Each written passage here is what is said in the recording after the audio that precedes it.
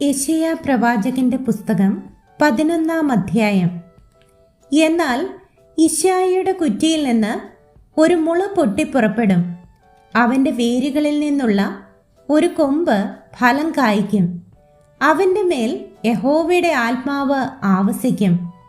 ജ്ഞാനത്തിൻ്റെയും വിവേകത്തിൻ്റെയും ആത്മാവ്, ആലോചനയുടെയും ബലത്തിൻ്റെയും ആത്മാവ്, പരിജ്ഞാനത്തിൻ്റെയും യഹോവ ഭക്തിയുടെയും ആത്മാവ് തന്നെ. അവൻ്റെ പ്രമോദം യഹോവ ഭക്തിയിൽ ആയിരിക്കും. അവൻ കണ്ണുകൊണ്ട് കാണുന്നത് പോലെ ന്യായപാലനം ചെയ്യുകയില്ല, ചെവി കൊണ്ട് കേൾക്കുന്നത് പോലെ വിധിക്കുകയുമില്ല.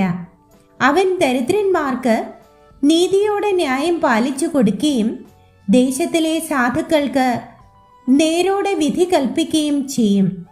തൻ്റെ വായ് എന്ന വടികൊണ്ട് അവൻ ഭൂമിയെ അടിക്കും. തൻ്റെ അധരങ്ങളുടെ ശ്വാസം കൊണ്ട് ദുഷ്ടനെ കൊല്ലും. നീതി അവൻ്റെ നടുക്കെട്ടും വിശ്വസ്തത അവൻ്റെ അരക്കച്ചിയും ആയിരിക്കും. ചെന്നായ് കുഞ്ഞാടിനോടുകൂടെ പാർക്കും. പുള്ളിപ്പുലി കോലാട്ടുകുട്ടിയോടുകൂടെ കിടക്കും. പശുക്കിടാവും ബാലസിംഹവും തടിപ്പിച്ച മൃഗവും ഒരുമിച്ച് പാർക്കും. ഒരു ചെറിയ കുട്ടി അവയെ നടത്തും. പശു കരടിയോടുകൂടെ മേയും. അവയുടെ കുട്ടികൾ ഒരുമിച്ച് കിടക്കും. സിംഹം കാള എന്ന പോലെ വൈക്കോൽ തിന്നും. മുല കുടിക്കുന്ന ശിശു സർപ്പത്തിൻ്റെ പോതിങ്കൽ കളിക്കും. മുലകുടി മാറിയ പൈതൽ അണലിയുടെ പൊത്തിൽ കൈയിടും. സമുദ്രം വെള്ളം കൊണ്ട് നിറഞ്ഞിരിക്കുന്നത് പോലെ ഭൂമി യഹോവയുടെ പരിജ്ഞാനം കൊണ്ട് പൂർണ്ണമായിരിക്കയാൽ എൻ്റെ വിശുദ്ധ പർവ്വതത്തിൽ എങ്ങും ഒരു ദോഷമോ നാശമോ ആരും ചെയ്യുകയില്ല.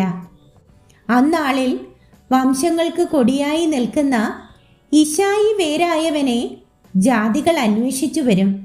അവൻ്റെ വിശ്രാമസ്ഥലം മഹത്വമുള്ളതായിരിക്കും.